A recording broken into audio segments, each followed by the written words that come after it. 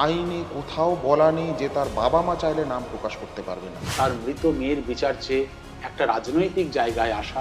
আরজি করেন নির্যাতিতার মা বা অভয়ার মা হিসেবে বলা হচ্ছে, মানে তো তার আইডেন্টিটি কি সামনে চলে এলো তাতে? আমি আবার বলছি, আত্মমর্যাদা বনাম মত প্রকাশ। এই যে ধরুন মি টু হয়, সে তো বলে আমাকেই করা হয়েছে, তাহলে কি তার এগেনস্টে প্রসিকিউশন হচ্ছে? গ্রে ম্যাটার রয়ে গেল। কোর্টের কাছ থেকে যে পারমিশন যেটা নিয়েছে, এটাও একটা ভীষণ পিকিউলিয়ার একটা জিনিস। আইন কি বলছে? আমি এই প্রশ্নটার উত্তর আমি ডাইরেক্ট দেব না। আইনি দিকটা এখনো রয়ে গেল। কিন্তু ওই ভোটে দাঁড়ানো তার ইচ্ছা, ব্যক্তিগত ইচ্ছা। নমস্কার, এই সময় লাইভে আপনাদের স্বাগত। আমি শিলাদিত্য। আজ আমরা যে বিষয় নিয়ে আলোচনা করব, পরিচয় প্রকাশে আইন কি বলছে। আর একটু স্পষ্ট করে দিই, আপনারা জানেন আরজি করেন নির্যাতিতার মা বা নির্ভয়ার মা, তিনি ইতিমধ্যে একটি রাজনৈতিক দলের তরফ থেকে ভোটে দাঁড়িয়েছেন, বিজেপির হয়ে তিনি ভোটে দাঁড়িয়েছেন। কিন্তু তার রাজনৈতিক পরিচয় প্রকাশে কোনো বাধা নাও থাকতে পারে, কিন্তু তার ব্যক্তি পরিচয়ের প্রকাশ, যেহেতু তিনি রাজনীতির ময়দানে এই মুহূর্তে রয়েছেন, আইন কি বলছে, বাধা কোথাও কি রয়েছে, আমরা জানার, বোঝার এবং শোনার চেষ্টা করব, আপনাদের সামনে তুলে ধরবো। আমাদের সঙ্গে এই মুহূর্তে রয়েছেন দুই আইনজীবী, আমাদের সঙ্গে রয়েছেন কল্লোল বসু এবং সৌম্যজিৎ দাস মহাপাত্র। দুজনকেই স্বাগত জানাচ্ছি এই সময় লাইভে। প্রথমে কল্লোল বাবু, আপনার কাছে আসবো। স্পেসিফিক্যালি আইন কি বলছে, বাধা কি আছে? 2019 সালে প্রারম্ভে আমাদের একটা সুপ্রিম কোর্ট থেকে একটা সুপ্রিম কোর্টের সমস্ত রায়গুলো নিয়ে আমাদের একটা পুস্তিকা আছে, বিভিন্ন খণ্ডে প্রকাশিত হয়, তার নাম সুপ্রিম কোর্ট কেসেস। তার 2 নম্বর খণ্ডে 703 নম্বর পাতায় নিপুণ সাক্সেনা বনাম কেন্দ্রীয় সরকারের একটা মামলা হয় এবং অন্যান্যদের। তাতে মহামান্য সুপ্রিম কোর্ট দেশের আইনটা এই পরিচয় প্রকাশ, আত্মপরিচিতি, যিনি হিংসার বলি হয়েছেন এরকম একটা জঘন্যতম হিংসায়, একটা ধর্ষণের মতো জায়গা, যাকে সংজ্ঞায়িত করা হয়েছে ভারতীয় তৎকালীন দণ্ডবিধি আইনে 1872 সালে, এবং পরবর্তীকালে যে নতুন ভারতীয় যে নতুন ন্যায় সংহিতা হয়েছে তার মধ্যেও রয়েছে। সেখানে দাঁড়িয়ে পরিচয় প্রকাশে ভিকটিমের, সে যদি আনসাউন্ড মাইন্ড হয়, অর্থাৎ অপরিণত মস্তিষ্কের হয়, ভিন্নভাবে সক্ষম হয়, অথবা মৃত হয়, তার ক্ষেত্রে কি হবে, এবং তিনি যদি বেঁচে থাকেন, তাহলে সেই আত্মপরিচিতির ক্ষেত্রে, সেখানে নাম প্রকাশের ক্ষেত্রে একটা সম্পূর্ণরূপে না হলেও একটা অনেকাংশে বাধা নিষেধ রয়েছে। সেই বাধা নিষেধটা আমি কি করব, কর্ণচক্ষু বিবাদভঞ্জনের জন্য আমার মনে হয় যে সতর্কতা অবলম্বন করাই দরকার, যেহেতু একটা রায়, এবং এই রায় সুপ্রিম কোর্ট সংবিধানের 141 নম্বর ধারায় দিয়েছেন, যার অর্থ হলো সেটাই দেশের আইন, এবং সমস্ত সিভিল এবং জুডিশিয়াল অথরিটিস উচিত সেই আইনটাকে মান্য করার। সেখানে কি বলেছে, he no person can print or publish in print, electronic, social media, etc. the name of the victim, or even in a remote manner disclose any fact which can lead to the victim being identified and which should make her identity known to the public at large. Object behind such legislation is to protect aforesaid victims from any hostile discrimination or harassment in future. The identity of person হচ্ছে crime against women, children এবং disclosure of name. প্রশ্ন আসতে পারে, যিনি মৃত, যিনি ভিন্নভাবে সক্ষম, তার কি? তাহলে মরণের পরেও, জীবনের যে মানুষের মৃত্যুর পরেও পরিচিতি রক্ষার যে মর্যাদা, সেটাও সুপ্রিম কোর্ট সংবিধানের 21 নম্বর ধারায় দিয়েছেন। যেখানে 19 নম্বর ধারায় মানুষের মত প্রকাশের স্বাধীনতা স্বীকৃত, সেই জায়গাটাও খানিকটা খণ্ডিত হয়েছে। এবং সেখানে দাঁড়িয়ে তৎকালীন কার্যবিধি, ফৌজদারি কার্যবিধি আইনের 228 নম্বর ক ধারায় বলা আছে যে সেশন জাজ, যিনি বিষয়টা দেখছেন, তার কাছ থেকে স্পেসিফিক পারমিশন নিতে হবে সেই ভিকটিমের জন্য। ভিকটিম মানে শুধুমাত্র যিনি মারা গেছেন বা যিনি ধর্ষিত হয়েছেন বা যার আত্মমর্যাদার ক্ষুণ্ণ হয়েছে তিনি নন, তার পরিবারের লোকজন, তার লিগ্যাল রিপ্রেজেন্টেটিভ অর্থাৎ আইনত উত্তরাধিকারী, তারা করতে পারে। তাদেরও কি ভূমিকা থাকবে সেটাও সংজ্ঞায়িত করা হয়েছে আইনে। কিন্তু কতগুলো দিক, যেটা আজকের যে আইনের প্রশ্ন উঠেছে, সেই প্রশ্নগুলো অনেকটাই অমীমাংসিত আছে। কারণ সেই সময় দাঁড়িয়ে যে সমকালীন সুর সংসদ এবং সুপ্রিম কোর্ট বেঁধে দিয়েছেন, সেটা হয়তো সাহিত্যের মতো অনেক সময় কালোত্তীর্ণ হয়নি, কিন্তু তাহলেও সেই সময় দাঁড়িয়ে দেশের আইন এবং তার ব্যাখ্যা যে মহামান্য সুপ্রিম কোর্ট করেছেন, সেটা কিন্তু অনেকটা পরিসর ঘিরে একটা মানুষের আত্মপরিচিতি, তার মর্যাদাকে রক্ষা করার জন্য খুব সতর্ক হয়েছে, এবং আদালতকেই দায়িত্ব দেওয়া হয়েছে যে এই পরিচিতিটাকে প্রকাশ করার জায়গাটা কিন্তু আদালতের উপর নির্ভরশীল। সৌম্যজিৎ বাবু, আইন কি বলছে? আইন কি বলছে বলতে, ইন্ডিয়ান পেনাল কোড তার 228A এই ধারাতে, এটা 1983 সালে একটি অ্যামেন্ডমেন্ট আসে। তাতে বলা হয়েছে যে কোনো একজন ভিকটিম তার রেপ ভিকটিম তার যদি কোনো রকমভাবে যদি পরিচয় যদি প্রকাশ পায়, সেটা নাম হতে পারে অথবা অমুক বাবুর মেয়ে বা অমুক জায়গায় থাকে, যে কোনোভাবেই হোক না কেন এই পরিচয় প্রকাশে বাধা আছে এবং এই বাধাটা সবার ক্ষেত্রে অ্যাপ্লিকেবল, সবাই মানে সবাই। এখন এই মুহূর্তে যে প্রশ্নটা যেটা উঠছে, যে সিচুয়েশনটা যেটা অ্যারাইজ করেছে, যে আমরা যাকে অভয়া বলে জানি সেই ভদ্রমহিলা আজকে মারা গেছেন। এবার এই ভদ্রমহিলা যে মারা গেছেন সেটা তার বাবা মা কি তার নাম কি প্রকাশ করতে পারে? কেননা যদিও হয়তো ওনাকে আমরা ডাকছি অভয়ার বাবা বা অভয়ার মা বলে, কিন্তু সেটার ক্ষেত্রেও আলটিমেটলি তো সেই আইডেন্টিটিটা তো প্রকাশ পেয়েই যাচ্ছে। এই যে আইডেন্টিটি যেটা প্রকাশ পেয়ে যাচ্ছে, এটা কোথাও একটা গিয়ে হয়তো প্রবলেমেটিক হতে পারে, এটা মনে হয়েছে। এই যে সমস্যাটা এই সমস্যাটা নিয়ে সুপ্রিম কোর্ট নিপুণ সাক্সেনা, যেটা কল্লোলবাবু যেটা বললেন, নিপুণ সাক্সেনা জাজমেন্টে বেশ ডিটেলেই কিন্তু ডিসকাস করেছেন। এবং এই ডিসকাসটা যখন করা হয়েছে তখন এটা বলে দেওয়া আছে যে তার বাবা মাও চাইলে তার নাম প্রকাশ করতে পারে না। একটা জায়গায় সমস্যা সেটা হচ্ছে যে 228A ইন্ডিয়ান পেনাল কোড যেটা, তাতে কিন্তু এই কথাটা বলা নেই। এইটা একটা সমস্যা। এটা একটা সমস্যা কী কারণে আমি বলছি, আমি একটু 228A আমি একটু আপনাদেরকে পড়ে শোনাচ্ছি।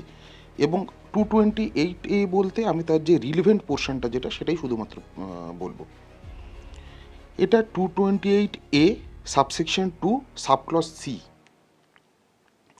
where the victim is dead or minor or of unsound mind by or with the authorization in writing of the next of kin of the victim, provided that no such authorization shall be given to the next of kin to anybody other than the chairman or the secretary by whatever name called of any recognized welfare institution or organization.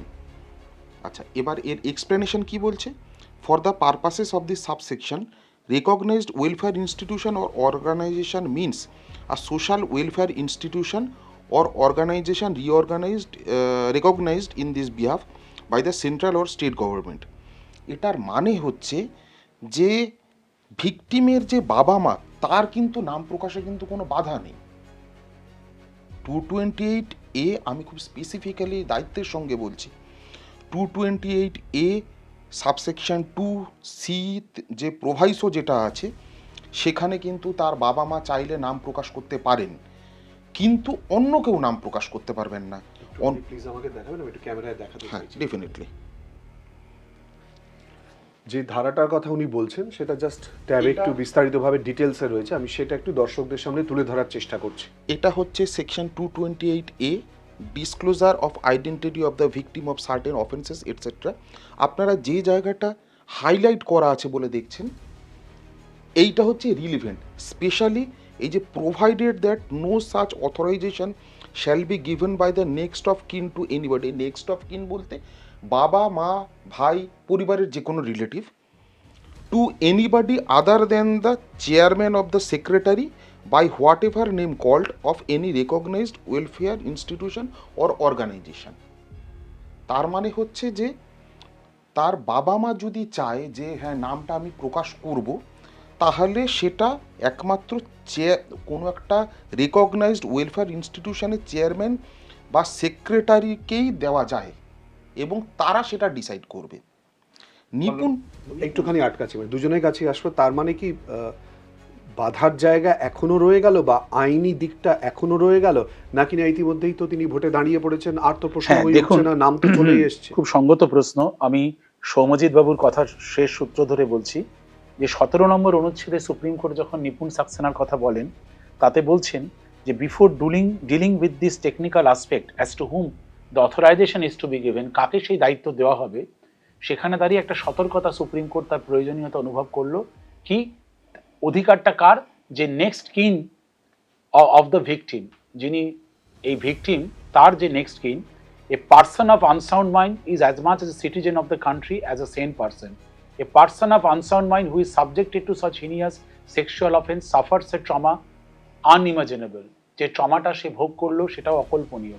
The issue for consideration in what circumstances the next of কিন should be permitted. কোন পরিস্থিতিতে তার আত্মীয় সেই নামটা প্রকাশ করতে পারবে। It was urged before আস, এই কথাটা আর্গুমেন্ট হিসেবে, সাবমিশন হিসেবে সুপ্রিম কোর্টের কাছে এসেছিল। তখন বলেছিলেন যে কিভাবে পারবে। It was urged before us that in certain matters the name of the victim should be permitted to be disclose or published because the name and face of the victim can then become a rallying point to prevent other sexual offences. এই নামগুলো কোনো প্রতিবাদ সংগঠিত হচ্ছে, এগুলো সামনে আসবে যাতে ভবিষ্যতে এই অপরাধগুলো যাতে আর সংগঠিত না হয়, সেরকম ধরনের কথার একটা আভাস সুপ্রিম কোর্টকে দেওয়া হয়েছিল। তখন সুপ্রিম কোর্ট বললেন যে it was urged that in certain matters name of the victim should be permitted to be disclose or published because the name and face of the victim can then become the victim becomes a symbol of protest or is treated as an iconic figure. We are not at all impressed with this argument. Should the person who is dead or who is of unsound mind be permitted to become a symbol if such a person herself might not want to be a rallying point? We are also of the considered view that it is not at all necessary to disclose the identity of the victim to arouse public opinion and sentiment. This is a serious issue of the আমি victims. দুজনকে একটু এই শেষের শব্দটা ধরে বা শেষের বাক্য বন্ধনী ধরে আমি বলছি, কিন্তু মানে আইনি ব্যাখ্যা, আইনের আপনারা বিশেষজ্ঞ দুজনের কাছ থেকে জানবো বলেই আরও দর্শকদের সামনে নিয়ে এসেছি। কিন্তু এক্ষেত্রে তো আরজি করেন নির্যাতিতার মা বা অভয়ার মা হিসেবে বলা হচ্ছে, মানে তো তার আইডেন্টিটি কি সামনে চলে এলো তাতে? দেখুন, একটা দিক তো আসছে, আমি আপনাকে আবার বলছি, ক্লান্তিকর পুনরাবৃত্তি। প্রথম কথা তো আমি তো নিজেকে আইনের বিশেষজ্ঞ মনে করি না, একজন সাধারণ ছাত্র মনে করি। কিন্তু আমি এই কারণে বলছি আপনাকে কথাটা, দেখুন এটা খুব সঙ্গত প্রশ্ন। যিনি মা, তার যেই অকল্পনীয় যন্ত্রণা, যা প্রসব যন্ত্রণার থেকে অনেক বেশি, সন্তানের মৃত্যু সত্য কিছু হয় না, এরকম একটা নির্মম মৃত্যুতে ধরুন সে বলছে যে এই ঘটনা সারা পৃথিবী জানে, এফআইআর সে নামটা বোধহয় ডিসক্লোজ করা যেতে পারে, পুলিশের সেই স্বাধীনতা আছে এবং আদালতের কাছে এটা এসছে। এখন দাঁড়িয়ে আমি আমার কন্যার এই যে অকল্পনীয় যন্ত্রণা নিয়ে যে মৃত্যু, আমি এর বিচার চেয়েছি, আমার কাছে বিচার অধরা, সেটা তার পারসেপশন, সেটা যাই হতে পারে না কেন, কিন্তু সেই মত প্রকাশের স্বাধীনতা, সুপ্রিম কোর্টের আইনের সাথে তার সংঘাত। এবং আমি একটু আগে শুনেছি একটা জায়গা থেকে, তার কোনো তথ্য আমার কাছে নেই, যে তিনি নাকি যথাযথ অনুমতি আইনের নিয়েই প্রকাশ করেছেন, এরকম শুনেছে। আমি সত্যি মিথ্যা জানি না, কারণ এই বিষয়টা আমি জানি না। তাহলে আজকের প্রশ্নটা কি? একটা হচ্ছে একজন মৃত মানুষের মর্যাদা কোনো অবস্থাতেই 17 নম্বর অনুচ্ছেদে আমি যেটুকু পড়লাম, সেই মত প্রকাশের স্বাধীনতা দেওয়া হচ্ছে না প্রতিবাদ সংগঠিত করার জন্য, সামনে আনার জন্য। আরেকটা যেটা নির্বাচন, যে গণতন্ত্রের ভোটের সুরঙ্গে তার মৃত মেয়ের বিচার চেয়ে একটা রাজনৈতিক জায়গায় আসা, সেই স্বাধীনতা, মত প্রকাশের স্বাধীনতা 19 নম্বর ধারায়, কিন্তু সেটাও অ্যাবসলিউট ফ্রিডম, পূর্ণাঙ্গ স্বাধীনতা নয়, আইন করে তাকে আমরা আটকাতে পারি। তাহলে 19 আর 21 ধারার মধ্যে একটা সংঘাত। যিনি আজকে নেই এই পৃথিবীতে, সেই মৃত মানুষের মর্যাদা।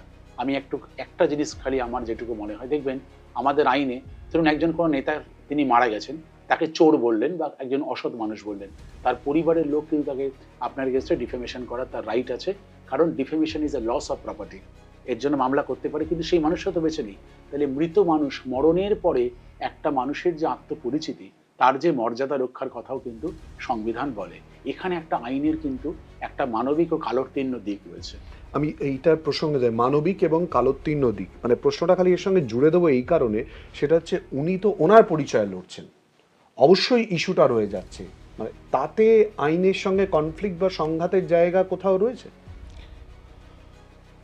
দেখুন, আইনের সাথে একটা সংঘাতের জায়গা থেকে যাচ্ছে, এটা অস্বীকার করার উপায় নেই। তার কারণ এই আরজি করের মামলাটা যে মুহূর্তে হচ্ছে, সুপ্রিম কোর্ট সুমোটো নিয়েছিলেন, সেই সময় কিন্নরি ঘোষ বলে একটি মামলাতে একটি গ্যাগ অর্ডার পাস হয়। গ্যাগ অর্ডার মানে হচ্ছে যে সেই সময় আরজি করের যিনি নির্যাতিতা, তার ছবি, তার নাম, এছাড়াও বিভিন্ন ভিডিও, এগুলো সমস্ত কিছু সোশ্যাল মিডিয়ায় ভেসে বেড়াচ্ছিল। সেই সময় সুপ্রিম কোর্ট একটি গ্যাগ অর্ডার পাস করে যে যেখানে যা কিছু আছে সমস্ত কিছু ডিলিট করতে হবে, সমস্ত কিছু বেরিয়ে যাবে। কাজেই সেই অর্ডারটা কিন্তু সত্যি কথা বলতে এখনো এক্সিস্টিং। আমাদের কাছে যে তথ্য যেটা এসে পৌঁছচ্ছে, যেটা কল্লোলবাবুও যেটা বললেন, যে আমরা শুনছি যে নির্যাতিতার পরিবার কোর্টের কাছ থেকে পারমিশন নিয়েছে। এই যে কোর্টের কাছ থেকে যে পারমিশন যেটা নিয়েছে, এটাও একটা ভীষণ পিকিউলিয়ার একটা জিনিস। এটাও নিপুণ সাকসেনা যে জাজমেন্টটা যেটা, তাতেই একটা বলে দেওয়া আছে যে এটা হবে হচ্ছে যে কনসার্ন যে সেশনস জাজ তার কাছ থেকে পারমিশন নিতে হবে। এবার কনসার্ন সেশনস জাজের কাছ থেকে পারমিশন নিতে হবে, পারমিশন কে নেবে? তার বাবা বা মা। আমি আবার বলছি, আইনে কোথাও বলা নেই যে তার বাবা মা চাইলে নাম প্রকাশ করতে পারবে না, এবং এই গ্যাগ অর্ডারটাও কিন্তু মিডিয়ার উপর ছিল বা অন্যান্য থার্ড পার্টি যারা তাদের উপর ছিল, তার বাবা মার উপরে কোনোদিন ছিল না। এই জায়গাটা কিন্তু সত্যিকারের একটা এক্স্যাক্টলি। এবার দুজনের কাছেই তাহলে আমার ঠিক এই জায়গাটা স্পষ্ট হওয়ার দরকার, মানে দর্শকদের সামনেও বাবা মার ওপর ছিল না, তাই আমি ভুল শুনছি বা ভুল বলছি এরকম নয় তো? সমজিৎ বাবু যেটা বলছেন এই গ্যাগ অর্ডারটা সম্পর্কে আমি নিজে দেখিনি আরজি করের মামলা এটা। উনি যে কথাটা সুপ্রিম কোর্টে বলেছেন সেটা হচ্ছে যে এটা একটা নিষেধাজ্ঞা ছিল আপনার সমাজ মাধ্যম, আপনার গণমাধ্যম এদের উপরে, বাবা মার উপরে নয়, যেটা উনি বলছেন। আমি অর্ডারটা না দেখে বলতে পারি না, উনি যখন বলছেন দায়িত্ব নিয়ে বলছেন। আমি খালি যে কথাটা সৌম্যজিৎ বাবু যে কথাটা বলছেন বা আপনি শিলাদিত্য বাবুর যে কথাটা, এটা তো ঠিক যে মা যে কথাটা বলছেন সেই কথাটার মধ্যে এই বিচারটা কিন্তু এখনো অবধি আমি আদালতের প্রাঙ্গণে এসে হাজির হয়নি এই বিবাদটার নিষ্পত্তি করার, যে মায়ের মত প্রকাশের এই স্বাধীনতা 17 নম্বর অনুচ্ছেদটা বলছে কোনোভাবেই নয়। আবার সৌম্যজিৎ বাবু যে কথাটা বলছেন সেটাও যে বাবা মা পারবে না এটা নয়, ভিকটিম যে কেউ না মানে কেউ না, যদি এইভাবে হয়। এবার বাবা মা পারবে না বলছে, এখানে জানেন তো আইনের একটা মানে আমি বলবো কাল্পনিক সংঘাত আছে। কিরম আছে সেটা ধরুন, আইন বলে যে ধরুন আমি বললাম শিলাদিত্য বাবু আপনি এই বাড়িটায় ঢুকবেন না, মানুষের এই বাড়িতে প্রবেশের নিষেধ। সাধারণের জন্য কিন্তু যখন পরিষ্কার করে এই বাড়িতে ঢোকা নিষেধ বলছে তখন ঢুকতে পারবেন না। আর সরকারের ক্ষেত্রে যখন হয় কোনো ইনস্টিটিউশনের ক্ষেত্রে, প্রতিষ্ঠানের ক্ষেত্রে আইনে যদি শূন্যতা থাকে, কিছু বলা না থাকে, তাহলে সেই কাজটা করা মানে বাড়ে। আমার যদি বলা না থাকে আমি এই কাজটা সাধারণ মানুষ করতে পারে। আর সরকারের ক্ষেত্রে আইনটা কি, যদি বলা না থাকে করতে পারবে না, ঠিক উল্টোটা হয়। এখানে যে কথাটা বলছেন উনি পারবে না, বাবা মার ক্ষেত্রে কোনো নিষেধাজ্ঞা নেই, তাহলে ব্যাখ্যাটা কিভাবে আসে? আইন তো একটা ব্যাখ্যার অধীন। যদি বাধা না থাকে তাহলে কেন বলবো না? কিন্তু প্রশ্ন আমি আবার বলছি, হয়তো আমি নিজেকে সুস্পষ্টভাবে প্রকাশ করতে পারছি না, একটা সংঘাতের জায়গা যদি তৈরি হয় সেটা হচ্ছে তোমার মত প্রকাশের স্বাধীনতা কতটুকু, যেখানে তুমি যখন একটা নির্বাচনের মঞ্চে দাঁড়িয়ে এই কথাটা বলছো, সেখানে তুমি শুধু বিচারও চাইছো না, তুমি গণতান্ত্রিক সুরঙ্গে একটা জায়গায়, তুমি লোকতন্ত্রে তুমি একটা আসন দাবি করছো মানুষের কাছে, তোমার অভয়াকে সামনে রেখে। যে অভয়ার সেন্টিমেন্ট সাধারণ মানুষের মধ্যে তাদের প্লাবিত করেছিল যন্ত্রণায়, একটা রক্তাক্ত হৃদয়ের একটা মিছিল আমরা দেখেছিলাম বহুদিন যে এরকম ঘটনায়। যদি তাই হয়ে থাকে তাহলে 19-এর ধারায় যে মানুষটা আজকে নেই তার আত্মমর্যাদার সাথে কোনো সংঘাত হচ্ছে? 17 নম্বর ধারা কিন্তু একটা সংঘাতের রাস্তা তৈরি করছে। মানে আপনি বলতে চাইছেন যে একটা হচ্ছে ব্যক্তি পরিচয়, সেই ব্যক্তি পরিচয় তার বাবা মা প্রকাশ্যে আনছে না, তার মানে মা দাঁড়িয়েছেন, কিন্তু সেই ব্যক্তি পরিচয় নির্যাতিতার জায়গা উঠে আসছে কিনা এক। দুই হচ্ছে যে সামাজিক জায়গা অর্থাৎ ভোটের ময়দানে যেটা উনি যোগ করছেন কোট আনকোট সুড়ঙ্গ, সেই জায়গায় যখন তিনি দাঁড়িয়েছেন তখন ইস্যুটা সামনে আসছে। ইস্যু সামনে আসা আর ওনার ভোটে দাঁড়ানো দুটো রাজনীতির ময়দানে আসতে পারে, কিন্তু আইনের ক্ষেত্রে ব্যক্তি যিনি ভোটে দাঁড়িয়েছেন তার ক্ষেত্রে কি তাহলে বাধা রয়ে যাচ্ছে? আমি এই প্রসঙ্গে না, আমি এই প্রশ্নটার উত্তর আমি ডাইরেক্ট দেব না। আমি এই প্রশ্নটার উত্তরে আমি একটা কথা বলছি, আমাকে কাইন্ডলি 2-3 মিনিট একটু টাইম দেবে। এই যে অ্যামেন্ডমেন্টটা যেটা যে 228A, এই অ্যামেন্ডমেন্টটা এসেছিল 1983 সালে। আমাদেরকে একটা জিনিস জানতে হবে যে এটা কেন এসেছিল। 1972 সালে একটা ভীষণ জঘন্যতম একটা অপরাধ ঘটে, যেটাকে আমরা মথুরা রেপ বলে জানি। ঘটনাটা ঘটেছিল মহারাষ্ট্রে। এই মথুরা রেপে পুলিশ স্টেশনের ভেতর মথুরা নামে একজন মহিলাকে রেপ করা হয়। এই মামলাতে প্রথমে লোয়ার কোর্ট খালাস দেয়, হাইকোর্টে যায়। হাইকোর্টে যাওয়ার পর হাইকোর্টে কনভিকশন দেয়, একজনের 1 বছর, একজনের 5 বছর। সেটাকে চ্যালেঞ্জ করে সুপ্রিম কোর্ট যাওয়া হয়। সুপ্রিম কোর্ট খালাস দেয় তার কারণ মথুরার গায়ে কোনো রকম কোনো আঘাতের চিহ্ন ছিল না বা কোনো রেজিস্ট্যান্সের চিহ্ন ছিল না। এই জাজমেন্ট যেদিনকে পাস হয় তার মাসখানেকের মধ্যেই, আমি যদি খুব ভুল না হই, প্রফেসর ডক্টর উপেন্দ্র বক্সী এবং আরও 3 জন একটি চিঠি লেখেন চিফ জাস্টিস অফ ইন্ডিয়াকে, যে এই রকমভাবে যদি রেপের ভিকটিম হওয়ার পরেও যদি এইরকমভাবে যদি লোকজন যদি পার পেয়ে যায়, সেটা বোধ হয় আমাদের এই যে জুডিশিয়াল সিস্টেমটা যেটা সেটার জন্য বোধহয় খুব একটা ভালো ব্যাপার না, এবং সমাজের প্রতিও খুব একটা ভালো বার্তা দিচ্ছে না, এবং এটা হওয়া উচিত না। কেন হওয়া উচিত না সেটা সেই চিঠিতে বলে দেওয়া আছে। তারপরে এই 1983 সালে একটা ক্রিমিনাল ল অ্যামেন্ডমেন্ট অ্যাক্ট আসে। এই 1983 সালের এই অ্যামেন্ডমেন্টের ফলেই এসছে 114A of Indian evidence act. মানে কোনো একজন ভিকটিম, কোনো একজন মেয়ে যদি দাঁড়িয়ে বলে যে তার সঙ্গে কোনো খারাপ কাজ হয়েছে, রেপ হয়েছে, তাহলে সেটার ক্ষেত্রে ধরে নিতে হবে যে তিনি সত্যি কথা বলছেন। 228A ঢুকেছে এবং আরও বেশ কিছু কিছু ঢুকেছে। আজকে আমরা দাঁড়িয়ে আছি অলমোস্ট 43 বছর বাদে। এই 43 বছরে পৃথিবী এতটা এগিয়ে গেছে, সেটা হয়তো তার আগে 430 বছরে এগোয়নি। এই আরজি করের নির্যাতিতার যিনি বাবা মা, তার পরিবারের যারা লোকজন, তারা এই মেয়েটির পরিচয় সামনে আনতে চাইছেন। বোঝাই যাচ্ছে যে তার মধ্যে তাদের কিন্তু কোনো উদ্দেশ্য নেই। তারা বিচার চেয়েছেন, এবং সেটা সেই বিচারটাকে ফেসিলিটেট করবার জন্য হয়তো নাম প্রকাশ করছেন। যদি করেন, অসুবিধে কী আছে? এটা স্ট্যানফোর্ড ইউনিভার্সিটিতে একটা অত্যন্ত খারাপ একটা ঘটনা ঘটেছিল একজন মহিলার সঙ্গে, যেটাকে আমরা স্ট্যানফোর্ড রেপ বলে আমি জানি। একটুখানি আটকাচ্ছি, যদি পরিচয় প্রকাশ করতে চায় তাহলে সমস্যা কি রয়েছে, ঠিক এই জায়গায় আমি হ্যাঁ, আলোচনাটা শেষ করার চেষ্টা করব দুটো বিষয় দুজনের কাছ থেকে পরিষ্কার করে। এক, আমাদের দিকটা পরিষ্কার করার চেষ্টা করব, মিডিয়ার বাধ্যবাধকতা এক্ষেত্রে না, এখানে তো পরিষ্কার আপনাকে প্রথম অনুচ্ছেদেই বললাম, সোশ্যাল মিডিয়া, প্রিন্ট মিডিয়ার পরিষ্কার হচ্ছে যে নাম প্রকাশ করা যাবে না স্টিল নাও, একদম, এখন এই আইনটা রয়েছে। আর সৌম্যজিৎ যে কথাটা বলছে আমি সম্পূর্ণ একমত, যে দেখুন ভোটে দাঁড়ানোটা তো তার তো গণতান্ত্রিক চয়েস, সেটা তো নিজের স্বাধীনতা। কিন্তু ওইখানেই আমি আপনাকে বারবার বলছি যে প্রশ্নটা আজও অমীমাংসিত, সেটা হচ্ছে যে এই যে ধরুন মি টু হয়, সে তো বলে আমাকে করা হয়েছে, তাহলে কি তার এগেনস্টে প্রসিকিউশন হচ্ছে? একজন মহিলার কথা নেই যে আমার আত্মমর্যাদার অধিকার লঙ্ঘন হয়েছে, লঙ্ঘিত হয়েছে।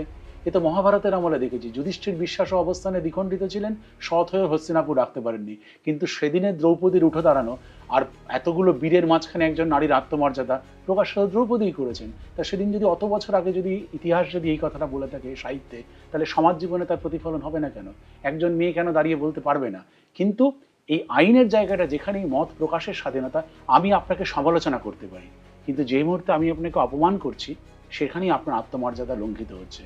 তার মানেটা হচ্ছে কি, আমি অনেক কিছু বলতে পারি, যা ইচ্ছা তাই বলতে পারি না, সেখানেই আমার স্বাধীনতা একটা জায়গায় সংকুচিত প্রকাশ। সেটা আইন একটা সংযমের কথা বলছে। আর দ্বিতীয় কথা কি বলছে, দ্বিতীয় কথা আর একটা যেটা আসছে, যেটা সৌম্যজিৎ বলছেন বা আপনিও বলছেন, দেখুন গণতন্ত্র তো একটা সান্ধ্য চা বাসরের স্নিগ্ধতা বলে না, তুইও ভালো আমিও ভালো। আমার মত প্রকাশের স্বাধীনতা আপনার কাছে অপরাধ হতেই পারে, ততক্ষণ পর্যন্ত অপরাধ নয় যা দেশের আইন বারণ করছে। সুপ্রিম কোর্টের এই বাধা নিষেধটা 228-এর 1983 ক্রিমিনাল আইনের অ্যামেন্ডমেন্ট, এই আমি আবার বলছি, আত্মমর্যাদা বনাম মত প্রকাশ। আমি আপনাকে সমালোচনা যেটা করছি, যেই মুহূর্তে তা নিন্দায় পরিণত হচ্ছে, ধর্ম একটা প্রমাণহীন বিশ্বাস হতে পারে, কিন্তু আইন হচ্ছে সত্যি কথা নিয়ে ভাবেই না, প্রমাণযোগ্য সত্যির অন্বেষণে সে এক সত্যান্বেষী হয়ে মানুষের কাছে আসে। একটা শব্দে জানতে চাইবে প্রথমে আপনাকে, তারপর আপনার কাছে গ্রে ম্যাটার রয়ে গেল। আমার মনে হয় আপনারা যে প্রশ্নটা যেটা করছেন, আপনার প্রশ্নটার মানে আপনি প্রবাবলি এটা জানতে চাইছেন যে মিডিয়া নাম প্রকাশ করতে পারবে কি পারবে না। আমার মনে হয় যদি মিডিয়া হাউসরা যদি to be on safer side থাকতে চায়, তাহলে সেটার ক্ষেত্রে শুধু ভদ্রমহিলার নাম প্রকাশ করলে কোনো অসুবিধে নেই। গ্রে ম্যাটার রয়ে গেল। এই পাঠটুকু তো রয়েছে, যে পাঠটুকু আপনি বলছেন যে কতদূর পর্যন্ত সে এগোতে পারে, এই স্বাধীনতাটা কতদূর পর্যন্ত স্বেচ্ছাচারিতা না হতে পারে। কিন্তু ওই ভোটে দাঁড়ানো তার ইচ্ছা, ব্যক্তিগত ইচ্ছা, 100 বার। এ বিষয়ে আমাদের কিছুই নয়। মেয়ের বিচার চেয়ে রাস্তায় নামা তার ব্যক্তিগত ইচ্ছা। এই স্বাধীনতাকে যদি আজকে 21 শতাব্দীর শেষ প্রান্তে যদি সম্মান দিতে না পারি, তাহলে আধুনিক মনস্কতার আলোকে আমরা আলোকিত নই। আপনাদের দুজনকে অনেক ধন্যবাদ আমাদের সঙ্গে এই আলোচনায় অংশগ্রহণ করার জন্য। অত্যন্ত গুরুত্বপূর্ণ আইনি দিক, যেগুলো সহজ সরল সাবলীল ভাষায় বুঝিয়ে দেওয়ার চেষ্টা করলেন আমাদের দুই অতিথি, এবং তারই সঙ্গে আইনের দিক, আইন মানেই আমরা বলতে অভ্যস্ত আইনের মার প্যাঁচ, সেই মার প্যাঁচের ঊর্ধ্বে ওঠে কোথায় দাঁড়িয়ে রয়েছে বাস্তব পরিস্থিতি এবং আইনই বা কী বলছে, আমরা তুলে ধরার চেষ্টা করলাম, সঙ্গে আরও অনেক বিষয়ের জন্য। আপনাদেরকে ধন্যবাদ এই পুরো আলোচনায় অংশগ্রহণ করার জন্য। এই সময় লাইভে নজর রাখুন। আজকের এই আলোচনা এখানেই শেষ করছি। চোখ রাখুন এই সময় লাইভে।